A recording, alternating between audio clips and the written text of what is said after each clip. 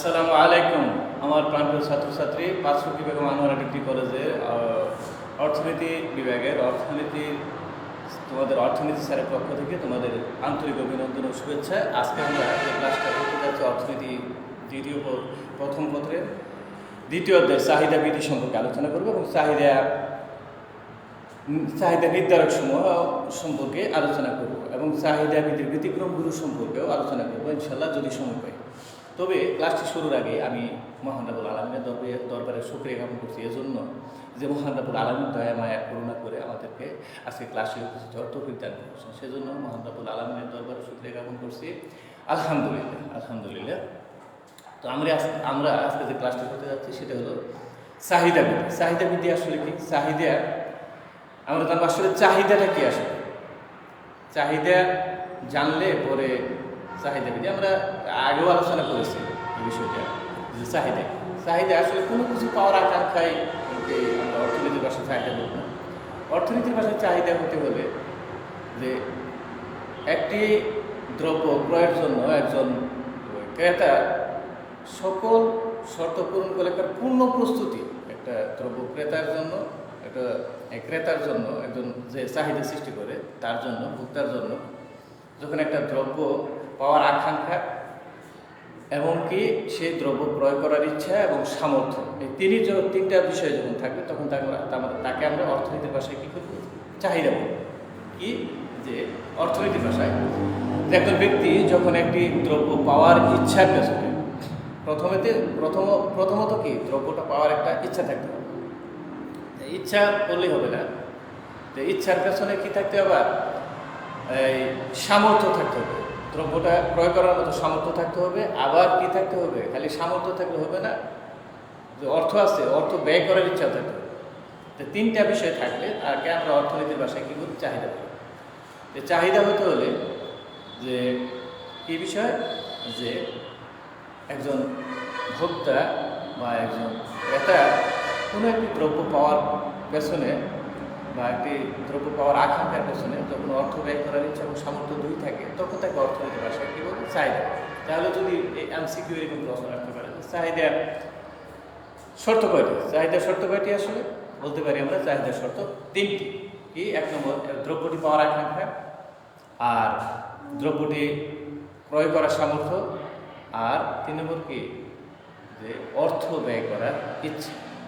তাহলে আমরা সেটা কী বলব? চাহিদা বলব। এখন বিষয়টা যেটা আলোচনা করতে যাচ্ছি সেটা হলো চাহিদা বৃদ্ধি কি। চাহিদা বৃদ্ধি কি এটা আমরা আজকে আলোচনা করব। এটা লিখি সংক্ষেপে, তারপর আমরা কী করবো? এটা আলোচনা করবো বিস্তারিত।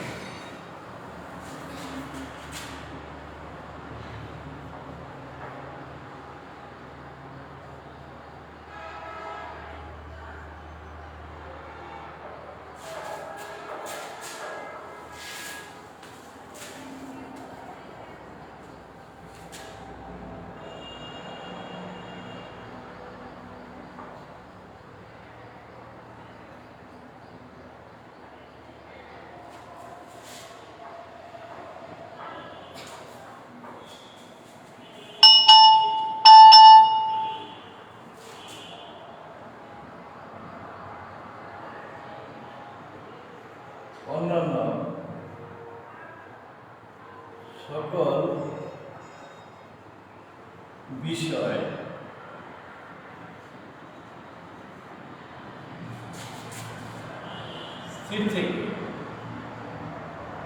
সকল বিষয় স্থির থেকে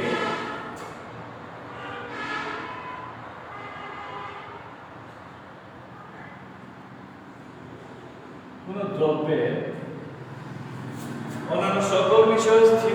কোনো দ্রব্যের দাম, আগে বিষয়টা আসবে দাম।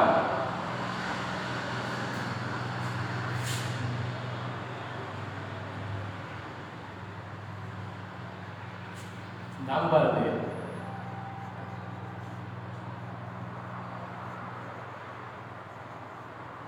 চাহিদা কমবে এবং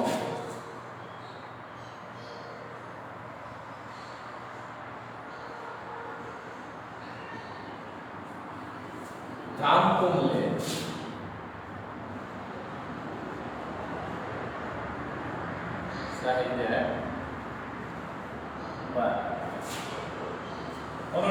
বিষয় স্থির থেকে, দেখো বিষয়টা, যে অন্যান্য সকল বিষয় স্থির থেকে কোনো দ্রব্যের দাম বাড়লে চাহিদা কমে এবং দাম কমলে চাহিদা বাড়ে।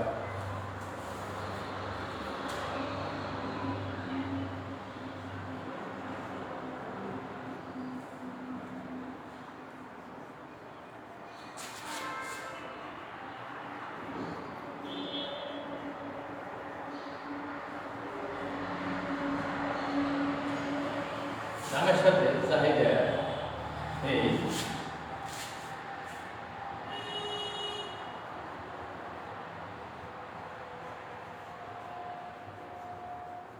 ঋণাত্মক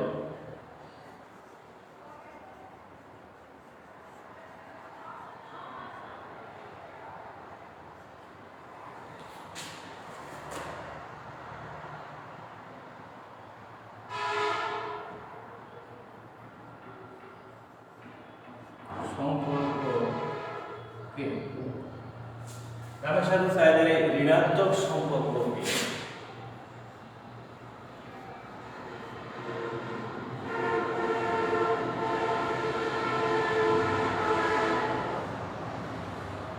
চাহিদা বৃদ্ধি করে।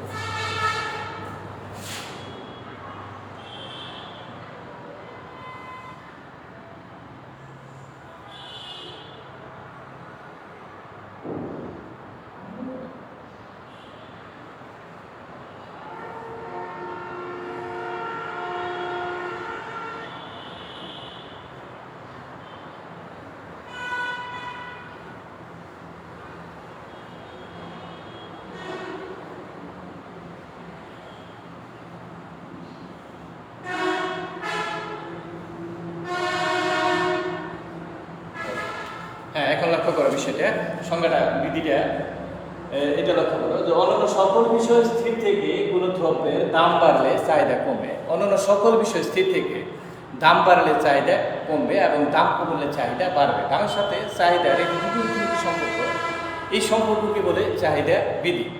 এখন বিষয়টা হচ্ছে যে অন্যান্য সকল বিষয় স্থির থেকে, এই কথাটা মানে অবশ্যই মনে রাখতে হবে। অন্যান্য সকল বিষয় স্থির থাকলে কিন্তু দাম বাড়লে চাহিদা কমবে আর দাম কমলে চাহিদা বাড়বে। যদি অন্যান্য সকল বিষয় স্থির না থাকে তাহলে কিন্তু দাম বাড়লে চাহিদা কমবে না আর দাম কমলে চাহিদা বাড়বে না। যেমন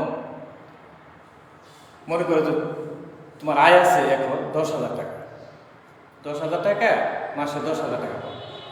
এখন যদি যে কাপড়টা তুমি ব্যবহার করো, যে মোবাইলটা তুমি ব্যবহার করো, এখন যদি যে মোবাইলটা ব্যবহার করো সেটার দাম ছিল আগে 10,000, এখন 15,000 আছে। আবার যে জামাটা তুমি ব্যবহার করতে 1,000 টাকা, এখন সেটা হয়েছে 1200 টাকা। এখন আর অন্য সকল পণ্য যেগুলো ব্যবহার করতে, এখন সব কিছুর দাম বৃদ্ধি পেয়েছে। দাম বৃদ্ধি পেলে স্বাভাবিকভাবে তোমার চাহিদাটা কমে যাবে। কিন্তু তোমার আয় ছিল মাসে 10,000 টাকা, এখন আয় মাসে 25,000 টাকা। এখন যদি আয় বাড়ে, দাম বাড়ছে ঠিক আছে, কিন্তু তোমার আয়ও বৃদ্ধি পেয়েছে। দামের সাথে যদি আয়ও বৃদ্ধি পায় তাহলে কিন্তু এই চাহিদা বিধি আর প্রযোজ্য হবে না। অর্থাৎ দাম বাড়লে চাহিদা কমবে আর দাম কমলে চাহিদা বাড়বে, এটা কিন্তু কি হবে না, প্রযোজ্য হবে না। কারণ কি, তোমার চাহিদা কমবে না, কারণ কি তোমার দাম বৃদ্ধি পেয়েছে ঠিক আছে, কিন্তু তোমার আয়ও বৃদ্ধি পেয়েছে। তাহলে এই জন্য বলছে যে সকল বিষয় স্থির থাকে, সকল বিষয় স্থির থাকে। যেমন রুচি অভ্যাস, কারণ তোমার রুচি যদি চেঞ্জ হয়ে যায়, অভ্যাস যদি চেঞ্জ হয়ে যায়, তাহলে কিন্তু তোমার এই চাহিদা বিধি প্রযোজ্য হবে। দাম বাড়লে চাহিদা নাও কমতে পারে, কারণ তোমার যেটা অভ্যাস, খাই অভ্যাস, যেটা পৈর অভ্যাস, সেটা আবার চেঞ্জ করবে। সেই জন্য বলা হয় কি, সেই জন্য আমরা বলছি বিষয়টা যে অন্যান্য সকল বিষয় স্থির থেকে, অন্যান্য সকল বিষয় স্থির থেকে কেবল দাম বাড়লে চাহিদা কমবে আর দাম কমলে চাহিদা বাড়বে। আবার যেমন গিফেন দ্রব্য আর ভেবলেন দ্রব্য। গিফেন দ্রব্য বলতে মানে চাহিদা বৃদ্ধির ব্যতিক্রম যেটা আমরা করবো। যেমন মনে করো যে এই দরিদ্র শ্রেণী যারা আছে, যারা দরিদ্র শ্রেণীর মানুষ আছে, তারা মনে করো দিনে একবার খায়, দিনে দুইবার খায়, তারা কম দামি চাউল খায়, কম দামি চাউলের ভাত খায়, যেমন মনে করো যে 20 টাকা 30 টাকা কেজি। এই চাউলের দাম যদি বৃদ্ধি পায় তাহলে তারা ভয়ে আরো অধিক পরিমাণে চাউল কিনবে। মানে এই ক্ষেত্রে দাম কমলে, দাম বাড়লে চাহিদা বাড়বে, দাম বাড়লে, দাম ছিল আগে 15 টাকা, এখন যদি 20 টাকা হয় তাহলে তারা চিন্তা করবে যে আরো যদি বেড়ে যায় তাহলে আমরা ক্রয় করতে পারবো না, সামর্থ্যের বাইরে চলে যাবে, সুতরাং কি করব, আমরা বেশি বেশি ক্রয় করে রাখি। সেজন্য এইসব যে নিম্নমানের চাউল যারা ভোগ করতো, দরিদ্র শ্রেণীর মানুষ, তাদের কাছে এই পণ্যের চাহিদা আরো কি হবে, এই চাউলের চাহিদা বেড়ে যাবে। দাম বাড়লে চাহিদা কোন ভূতার পাশে পড়ে, এখন আরো কি দাম বাড়ছে, আরো দাম চাহিদা আরো বৃদ্ধি পেয়েছে, তাহলে এখানে কি হবে না, চাহিদা বৃদ্ধি প্রযোজ্য হবে। সেজন্য চাহিদা বলা হচ্ছে যে চাহিদা বৃদ্ধিটা কি, চাহিদা বৃদ্ধি হচ্ছে অন্য সকল বিষয় স্থির থেকে রুচি, অভ্যাস, আয়, তারপরে গৃহের দ্রব্য, ফেব্রিন দ্রব্য, বিলাস দ্রব্য, নিত্য প্রয়োজনীয় দ্রব্য, নিত্য প্রয়োজনীয় দ্রব্য, লবণের ক্ষেত্রে লবণের দাম যতই বৃদ্ধি পায়, তোমার যা প্রয়োজন সেটা কি করতে হবে, ব্যবহার করতেই হবে, আনতেই হবে। 80 টাকা কেজি হলেও, 100 টাকা কেজি হলেও লবণ যা ব্যবহার করতে হয় সেটা ব্যবহার করতেই হবে। সেজন্য এইখানে এই বিধি প্রযোজ্য হবে। সেই জন্যই প্রথমে বলা হয় যে অন্যান্য সকল বিষয় স্থির থেকে, অন্যান্য সকল বিষয় স্থির থেকে কি, অন্যান্য সকল বিষয় স্থির থেকে কোনো দ্রব্যের দাম বাড়লে চাহিদা কি হবে, চাহিদা কমবে, আবার দাম কমলে চাহিদা বাড়বে। এই যে দামের সাথে চাহিদার বিপরীতমুখী সম্পর্ক বা ঋণাত্মক সম্পর্ক, ঋণাত্মক কথাটা বলতে পারো, আর বলতে পারো বিপরীতমুখী সম্পর্ক। এই যে বিপরীতমুখী সম্পর্ক দামের সাথে চাহিদা, এটাই হচ্ছে কি চাহিদা বিধি। ক্লিয়ার? এখন এই বিধিটা আমরা কি করতে পারি, একটা এই চিত্র অঙ্কন করে বিধিটার মানে ব্যাখ্যা দিতে পারি। তখন কি, যে চিত্র অঙ্কন করে যে বিধির ব্যাখ্যা দিব, এটা কিন্তু একটা কাল্পনিক, এটা কি করবে, একেবারেই কাল্পনিক একটা সূচি তৈরি করবো আমরা, এটা ব্যাখ্যা দেবে যে দাম হচ্ছে 1, 2, 3 টাকা, 1 টাকা থেকে দাম বৃদ্ধি পাইল। আর এখানে দেখবো যে দাম বাড়লে চাহিদা কি হয়, কমে, দাম বাড়লে দাম যতই বৃদ্ধি পাচ্ছে চাহিদা ততই কমে যাচ্ছে। কারণ কি, আগে আমরা বলে দিয়েছি যে এই যে সংজ্ঞায় বলছে যে অন্যান্য সকল বিষয় স্থির থেকে কোনো দ্রব্যের দাম কমলে চাহিদা বাড়ে, দাম বাড়লে চাহিদা কমে, এবং দাম কমলে চাহিদা বাড়ে। দামের সাথে চাহিদার বিপরীতমুখী সম্পর্ক, সেটা আমরা কি করছি এখন, এই যে কথাটা বা এই যে একটা সংজ্ঞা দিয়েছি, সেটাটা, সেই কথাটা বা সংজ্ঞাটা আমরা কোথায় নিয়ে আসছি, সূচিতে নিয়ে আসছি। সূচি থেকে এখন একটা চিত্র অঙ্কন করব। চিত্রটা একেবারে সহজে তাড়াতাড়ি শেষ করব। এটা হলো ভূমি অক্ষ, লম্ব অক্ষ, আর এটা হচ্ছে ভূমি অক্ষ। এটা y, এটা x অক্ষ, ভূমি অক্ষের নাম দিলাম x, আর লম্ব অক্ষের নাম দিলাম কি y, আর ভূমি অক্ষে হচ্ছে ডিমান্ড, চাহিদা সব মান ভূমি অক্ষে, আর প্রাইস দামের সব মান লম্ব অক্ষে।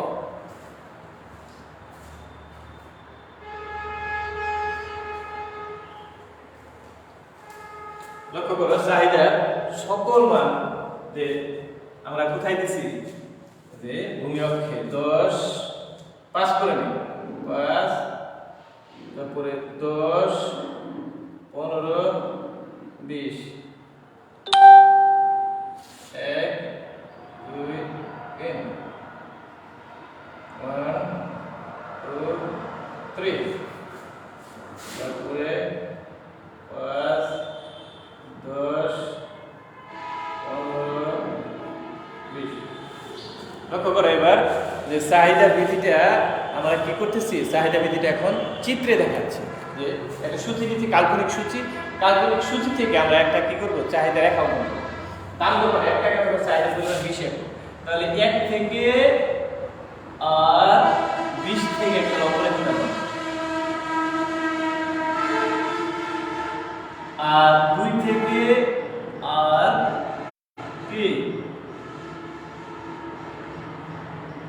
থেকে একটা লম্ব রেখা টানলাম, 3 থেকে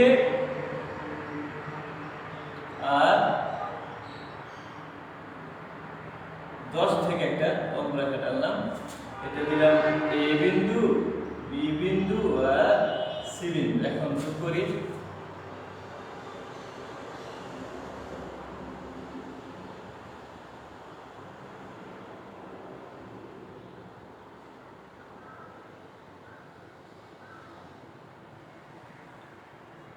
ডি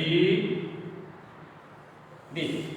লক্ষ্য করো যে দাম যখন 1 টাকা তখন চাহিদার পরিমাণ 20 একক, দাম যখন 2 টাকা তখন চাহিদার পরিমাণ 15 একক, দাম যখন 3 টাকা তখন চাহিদার পরিমাণ 10 একক। তাহলে এই 1 থেকে আর 20 থেকে লম্ব রেখা টেনেছি এ বিন্দু, আর 2 থেকে আর 15 থেকে লম্ব রেখা টেনেছি বি বিন্দু, আর 3 থেকে আর 10 থেকে লম্ব রেখা টেনেছি সি বিন্দু। এই বিন্দুগুলো যোগ করছি যে রেখা দ্বারা, সেটা হচ্ছে ডিডি চাহিদা রেখা। সেটা কি ডিডি চাহিদা রেখা, এটা হলো চাহিদা বিধি। ক্লিয়ার?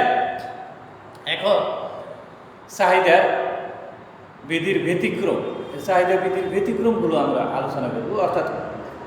অর্থাৎ কখন মানে কোন কোন অবস্থায় চাহিদা বিধি কি হয় না, কার্যকর হয়, সেটা আমরা এখন আলোচনা করব। ক্লিয়ার?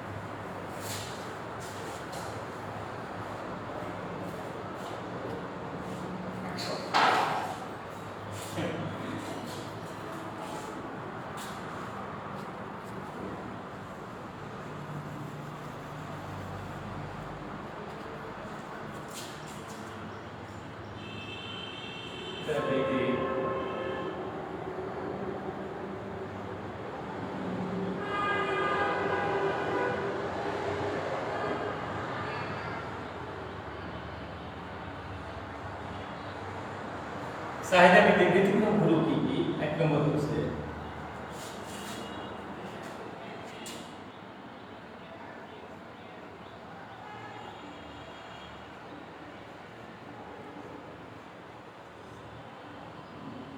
গিফেন দ্রব্য,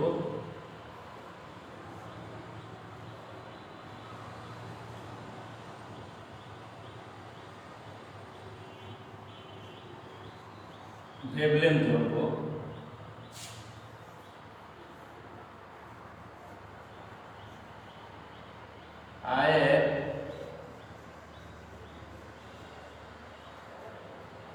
আয়ের পরিবর্তন, হচ্ছে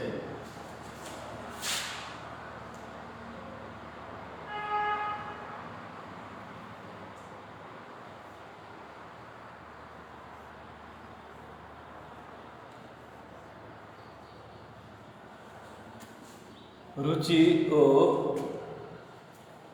অভ্যাস,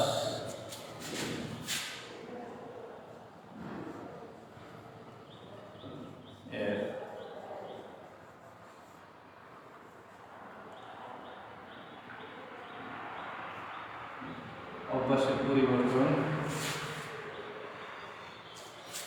5 নম্বর হচ্ছে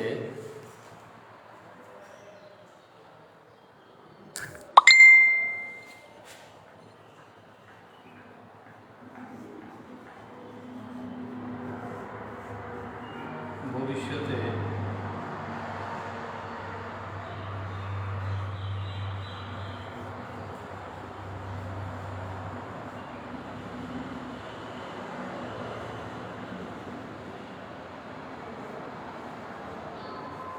দাম পরিবর্তনের সম্ভাবনা, ভবিষ্যতে দাম পরিবর্তনের সম্ভাবনা। এই 5টা বিষয় আমরা আলোচনা করবো। হ্যাঁ, লক্ষ্য করো বিষয়টা। এখন যেটা আমরা আলোচনা করছি সেটা হলো চাহিদা বিধির ব্যতিক্রম। অর্থাৎ চাহিদা বিধি কখন কি হয় না, প্রযোজ্য হয় না। অর্থাৎ চাহিদা বিধি দাম, আমরা যে বলছি যে অন্যান্য সকল বিষয় স্থির থেকে দাম বাড়লে চাহিদা কমে এবং দাম কমলে চাহিদা বাড়ে। এই যে দাম কমলে চাহিদা বাড়ে, দাম বাড়লে চাহিদা কমে, যে এই যে বিষয়টা দামের সাথে চাহিদার বিপরীতমুখী সম্পর্ক, এই বিপরীতমুখী সম্পর্ক সবসময় কী হয় না, প্রযোজ্য হয় না।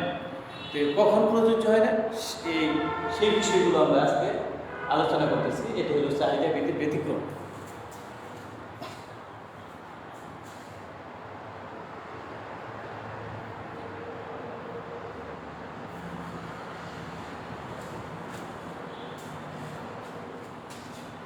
আর একটা বিষয় আছে,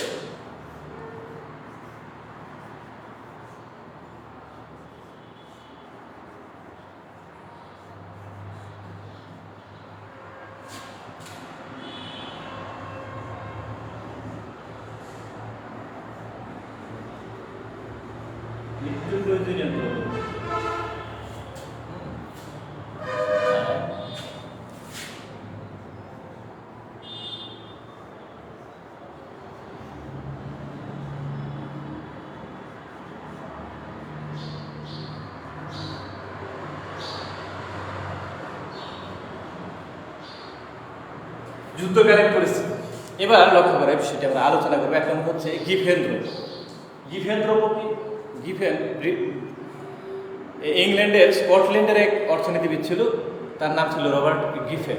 তিনি একটি গবেষণা করেছিলেন, যে সেই গবেষণায় যে ফল পেয়েছিলেন যে দাম বাড়লে চাহিদা কমে, দাম কমলে চাহিদা বাড়ে, এই বিধিটা মানে প্রযোজ্য কিনা সেটা তার গবেষণার ফলে গবেষণা করে যে ফল পেয়েছিলেন তিনি দেখিয়েছেন যে আসলে দাম বাড়লেই সবসময় চাহিদা কমে না, আবার দাম কমলে চাহিদা বাড়ে না। সেটার ব্যতিক্রমটা তিনি দেখিয়েছেন। কীভাবে? তিনি ইংল্যান্ডের একটা প্রদেশ আছে স্কটল্যান্ডে একটা গবেষণা করেছিলেন। গবেষণা ছিল, ইংল্যান্ড কিন্তু এত বিশাল উন্নত ছিল না, অনেক দরিদ্র ছিল, তাদের ইতিহাস অনেক দীর্ঘ ইতিহাস।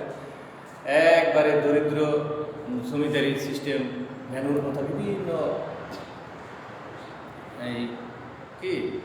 নিকৃষ্ট শাসন ব্যবস্থা ছিল ব্রিটেন। যে সেই ব্রিটেন তখন স্কটল্যান্ডে ছিল একেবারে দরিদ্র অঞ্চল। সেই দরিদ্র অঞ্চলে মানুষ দিনে একবার খেতে পারত, একবার সর্বোচ্চ খেলে আধা পেটে 2 বার খেতে পারত। একটা বস্তিতে গিয়ে রবার্ট গিফেন একটা গবেষণা করেছিলেন।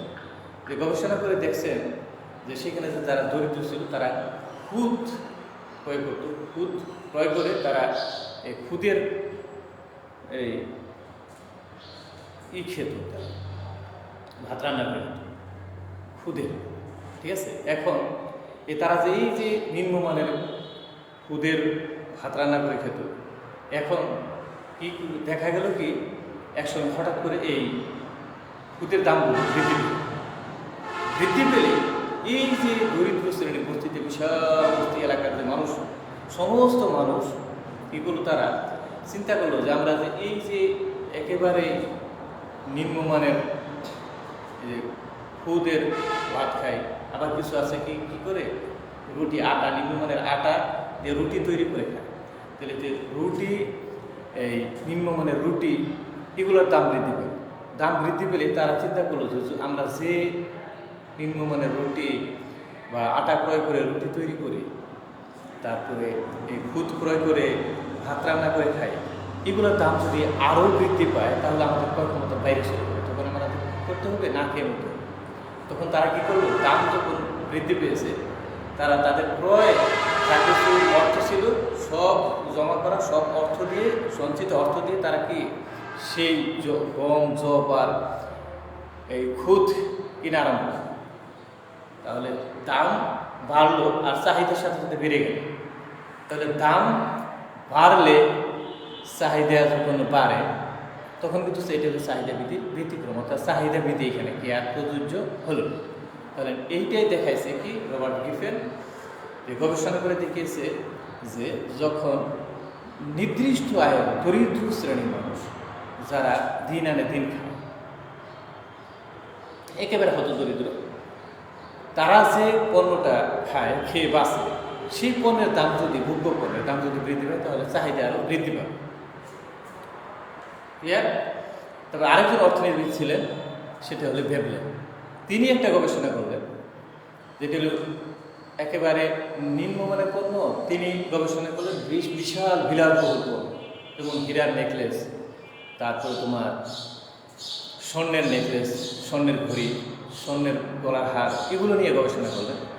যে তখন দেখলেন যে যারা বিশাল বিশাল দামি মার্সিডিজ বেঞ্জ, বিশাল দামি গাড়ি ব্যবহার করে, বিশাল দামি কোটি টাকা দামের ঘড়ি ব্যবহার করে, বিশাল বিশাল দামি মোবাইল ব্যবহার করে, ফাইটার প্লেন, নিজস্ব হেলিকপ্টার ব্যবহার করে, এরকম যারা আছে বিলাসবহুল হীরার স্বর্ণের নেকলেস যারা ব্যবহার করে, তাদের মধ্যে একটা চিন্তাধারা আছে এরকম যে এই দ্রব্যগুলির দাম যদি বৃদ্ধি পায় তখন তারা বেশি করে ক্রয় করে। এই ধনী শ্রেণীর লোক তারা বিশাল ধনী আর কি, অর্থ সম্পদের নয়, তাদের কাছে এই পণ্যগুলোর দাম যদি বৃদ্ধি পায় তাদের চাহিদা বৃদ্ধি পায়। কারণ তারা চিন্তা করে, তাদের কি অহংকার, তারা চিন্তা করে যে এই যে স্বর্ণের দাম বৃদ্ধি পেয়েছে বা হীরার দাম বৃদ্ধি পেয়েছে, বিশাল মার্সিডিজ বেঞ্জ গাড়ির দাম বৃদ্ধি পেয়েছে, আগে ছিল 1 কোটি টাকা, 5 কোটি টাকা, আগে ধরো 5 কোটি টাকা ছিল, এখন 10 কোটি টাকা। তারা চিন্তা করলো কেউ এটা কিনতে পারবে না, শুধু আমি একাই কিনবো, এরকম তাদের যে বিশাল স্বর্ণের যে দাম ছিল আরও ডাবল দাম বৃদ্ধি পেয়েছে। তাহলে তারা কী করবে যে এবার আরও একটা নেকলেস ব্যবহার করি, হীরার দাম ছিল আরও ডাবল বৃদ্ধি পেয়েছে, হীরার নেকলেস আমি একাই ব্যবহার করবো, আর কেউ ব্যবহার করতে পারবে না। এই যে একটা প্রবণতা ভেবলেন, এইটা নিয়ে গবেষণা করেছেন। বিলাসদ্রব্যের ক্ষেত্রে দেখা যায় যে পণ্যের দাম যদি বৃদ্ধি পায় তাহলে চাহিদাও বৃদ্ধি পায়। এই বিলাসদ্রব্যের ক্ষেত্রে ভেবলেন যে দ্রব্যটা মানে গবেষণা করে, যে বিলাসদ্রব্যের ক্ষেত্রে চাহিদা বৃদ্ধি কী হয় না, প্রযোজ্য হয় না। অর্থাৎ চাহিদা বৃদ্ধি এখানে কী হয় না, প্রযোজ্য হয়। অর্থাৎ দাম বাড়লে চাহিদা কমে, আর দাম বাড়লে চাহিদা আরও বাড়ে, দাম বাড়লে চাহিদা বাড়ে। ক্লিয়ার? তারপর আমরা দেখছি যে আয়ের পরিবর্তনের কথাটা আগেই বলেছি, তো এবার আরও ভালোভাবে স্পষ্টভাবে বলে দিই। লক্ষ্য করো বিষয়টা যে তুমি যে মোবাইলটা ব্যবহার করো, তুমি যে ব্যাগটা ব্যবহার করো, যে জামাটা ব্যবহার করো, যে মানে পণ্য তোমরা ভোগ করো, মাছ, মাংস, ডিম, দুধ, ডাল, যেটা তোমরা খাও নিত্য প্রয়োজনীয়ভাবে, হ্যাঁ, যদি সব জিনিসের দাম বৃদ্ধি পায় তাহলে তোমাদের যে আয়, তোমার আব্বার আয় বললাম 15,000 টাকা মাস। 15,000 টাকায় তোমরা যে মানের কাপড় পরো, যে মানের ব্যাগ ব্যবহার করো, যে মানের মোবাইল, টিভি, ফ্রিজ, সব কিছু যে মানের ব্যবহার করো, এখন যদি সব কিছুর দাম বৃদ্ধি পায়, জামার দাম যা ছিল ডাবল হইল। আগে কিন্তু 1,000 টাকা, এখন হচ্ছে 2,000 টাকা। আগে যে ব্যাগটা ব্যবহার করতে যে 1,000 টাকা, এখন ব্যাগটা হয়ে গেছে 2,000 টাকা। কারণ সব জিনিসের দাম বৃদ্ধি পেয়েছে। তাহলে কি তোমার আব্বার এই 15,000 টাকায় সব ম্যানেজ করা সম্ভব না। তাহলে অবশ্যই দাম বাড়লে এখানে চাহিদা কমবে। কিন্তু বিষয়টা হচ্ছে এরকম যে তোমার আব্বার আগের মাসে আয় ছিল কত, 15,000 টাকা, কিন্তু দাম সব কিছুর বৃদ্ধি পেয়েছে, দ্বিগুণ হয়েছে, কিংবা কিছু দ্বিগুণের কম হয়েছে, কিংবা যেটা ছিল 1,000 সেটা 15,000, যেটা ছিল 1,000 সেটা 1,500 কিংবা 1,200 টাকা হয়েছে। তাহলে তোমাদের কিন্তু তোমার আব্বার ধরলাম আয়টা কী হয়েছে, দাম সব কিছুর বাড়ছে, কিন্তু তোমার আব্বার আয়ও বাড়ছে। আয় আগে ছিল 15,000 টাকা, এখন 30,000 টাকা হয়েছে। আগে ছিল 15,000 টাকা, এখন তোমার আব্বার মাসে আয় হয়েছে কত, 30,000 টাকা। তাহলে কি তোমাদের এই যে পণ্য ব্যবহারের পণ্য, যে শার্ট, তারপর তোমার ব্যাগ, তোমার মোবাইল, তোমার টিভি, ফ্রিজ, সব কিছু যে পণ্যটা তোমরা খাও এগুলো সব কিছুর চাহিদা কিন্তু কমবে না। কারণ কি তোমার পণ্যের দাম বৃদ্ধি পেয়েছে, সাথে সাথে তোমার আব্বার আয়ও বৃদ্ধি পেয়েছে। তাহলে দাম বাড়লে এখানে কিন্তু চাহিদা কমবে না। দাম বাড়ছে কিন্তু আয়ও বৃদ্ধি পেয়েছে, আয় বৃদ্ধি পেলে তাহলে কিন্তু এখানে আর চাহিদা বৃদ্ধি কার্যকর হবে না। কারণ দামও বাড়ছে, আয়ও বাড়ছে। তাহলে তোমার যে পণ্যটা ব্যবহার করতে, যে মোবাইলটা ব্যবহার করতে, যে শার্ট, যে জামা, সেটা কিন্তু আর ব্যবহার হ্রাস করবে। কিন্তু আয় যদি না বাড়তো তাহলে কিন্তু হ্রাস করতে হতো, মাছটা হ্রাস করতে হতো। কারণ কি যে এই সীমিত আয়ের মধ্যেই চলতে হতো। হ্যাঁ, তাহলে আয় যদি পরিবর্তন হয়ে যায় তাহলে চাহিদা বৃদ্ধি এখানে পরিবর্তন হয়। তারপরে রুচি অভ্যাস যদি মানে পরিবর্তন হয় তাহলে আয় বাড়লে মানে দাম বৃদ্ধি পেলেও, যেমন তোমার যে রুচি, যে মোবাইলটা ব্যবহার করে অভ্যাস, হ্যাঁ, যে উন্নত মানের খাবারটা খেয়ে অভ্যাস, যদি দাম বাড়ে, তোমার রুচির যে অভ্যাসের যদি পরিবর্তন হয়ে যায়, তাহলে কিন্তু সেক্ষেত্রে কি হয় না, চাহিদা বৃদ্ধি প্রযোজ্য হয় না। চাহিদা বৃদ্ধি কি হবে না, প্রযোজ্য হবে না, যদি রুচি অভ্যাস এটা যদি কি হয়, পরিবর্তন হয়। তারপরে ভবিষ্যতে দাম পরিবর্তনের সম্ভাবনা। যদি ভবিষ্যতে দাম বৃদ্ধির সম্ভাবনা থাকে, তাহলে দাম বাড়লেও চাহিদা কি হয় না, চাহিদা কমে না। দাম বাড়লে চাহিদা কমে না, কারণ কি, ভবিষ্যতে দাম বৃদ্ধির যদি কি থাকে, দাম পরিবর্তনের সম্ভাবনা থাকে। ভবিষ্যতে দাম যদি পরিবর্তনের সম্ভাবনা থাকে, তাহলে দাম বাড়লেও চাহিদা কমে না। যেমন মনে করো যে একটা পণ্যের দাম বাড়ছে, এখন যদি যারা ক্রেতা তারা চিন্তা করলো যে পণ্যের দামটা বৃদ্ধি পেয়েছে, ঠিক আছে, এখন যদি আরও বৃদ্ধি পাওয়ার সম্ভাবনা, আরও দাম পরিবর্তনের সম্ভাবনা থাকে, তাহলে কিন্তু ক্রেতারা আরও ক্রয় করবে, পণ্যটা আরও তাড়াতাড়ি ক্রয় করবে। দাম বাড়ছে, তাহলে দাম বাড়লে ক্রয় আরও বাড়বে, চাহিদা আরও বাড়বে। কারণ কি, ক্রেতারা চিন্তা করবে যদি ভবিষ্যতে আরও দাম বৃদ্ধি পাওয়ার সম্ভাবনা, যেমন এখন বাজারে তুমি যদি যাও, বাজারে দেখবে যে পেঁয়াজের দাম হুট করে 30 টাকা থেকে এখন 45 টাকা হয়েছে। কত? 30 টাকা থেকে 45 টাকা হয়েছে। এখন যে দাম বাড়ছে, কিন্তু চাহিদা পেঁয়াজের ক্রয় আর বাড়তেছে, ক্রেতারা বেশি করে ক্রয় করতেছে। কারণ কি, কারণ যারা ভোক্তা তারা চিন্তা করতেছে যে এই যে রমজান আসতেছে, ভবিষ্যতে দাম পরিবর্তনের সম্ভাবনা আরও বেশি। অর্থাৎ ভবিষ্যতে এই যে নিকট প্রতি রমজান আসলে দামটা হয়তো 60, 70, 80 টাকা হতে পারে পেঁয়াজের। সেজন্য দাম ভবিষ্যতে দাম পরিবর্তনের সম্ভাবনা থাকলে, তাহলে দাম বাড়লেও চাহিদা কী হবে, দাম বাড়লে চাহিদা আরও বাড়তেছে, এক্ষেত্রে চাহিদা বৃদ্ধি কী হবে না, কার্যকর। ক্লিয়ার? তারপরে দেখো নিত্য প্রয়োজনীয় দ্রব্যের ক্ষেত্রে, নিত্য প্রয়োজনীয় দ্রব্য যেটা তুমি ব্যবহার না করলে চলবে না, অর্থাৎ লবণ, তারপরে তেল, তারপরে চাউল, তুমি যেটা খাও, এটা দাম বাড়লেও চাহিদা কমবে না। একটা লবণ যা ব্যবহার করো, এটা ব্যবহার করতে হবে, এটা ছাড়া তুমি চলতে পারবে। ক্লিয়ার? তারপরে দেখো যে আরও কি আছে, যে এই যুদ্ধকালীন পরিস্থিতি, যে নিত্য প্রয়োজনীয় দ্রব্যগুলো যে ব্যবহার, নিত্য প্রয়োজনীয় দ্রব্য যেটা অবশ্যই তোমার ব্যবহার করতে হবে, সেটা দাম বাড়লেও চাহিদা থাকবে, দাম কমলেও চাহিদা তোমার যা আছে তাই ব্যবহার করতে হবে। আর এক্ষেত্রে চাহিদা কিন্তু প্রযোজ্য হবে না। তারপরে কি আছে, যুদ্ধকালীন পরিস্থিতি, যখন বিশাল দেশে গৃহযুদ্ধ, যেমন মধ্যপ্রাচ্য অবস্থা দেখো, সিরিয়াতে যে বিশাল গৃহযুদ্ধ, হ্যাঁ, তোমরা দেখছো লিবিয়াতে, এইসব যেসব দেশে গৃহযুদ্ধ লেগে গেছে, বিশাল বিশাল যুদ্ধ লেগে গেছে, সেখানে পণ্যের দাম বাড়লে চাহিদা বৃদ্ধি পায়। কারণ কি, যে ভবিষ্যতে আরও দাম বৃদ্ধির সম্ভাবনা। কারণ যুদ্ধকালীন পরিস্থিতি, এখানে কোনো কিছু আর কি হবে না, বাজারও যাওয়া যাবে না, পাওয়াও যাবে না। যেমন কাশ্মীরের পরিস্থিতি দেখো, কাশ্মীরের পরিস্থিতি, এখানে মানুষ গৃহবন্দী অবস্থায় আছে, সরকারের লক্ষ লক্ষ সৈন্য পাঠাইছে ভারত। তাহলে এখানে যারা বন্দী আছে তারা কী করবে, পণ্য তাড়াতাড়ি আরও ক্রয় করবে। আর সিরিয়াতে দেখো, সিরিয়াতে বিশাল গৃহযুদ্ধ, সেখানে পণ্য দাম বাড়লে আরও বেশি করে ক্রয় করে, কারণ বাঁচতে হবে, কারণ বাজারে যাওয়া যাবে না, কোথায় যাওয়া যাচ্ছে না, পণ্য উৎপাদন করা যাচ্ছে না। তাহলে কী হবে, যুদ্ধকালীন পরিস্থিতিতে চাহিদা বৃদ্ধি কী হয় না, প্রযোজ্য হয় না।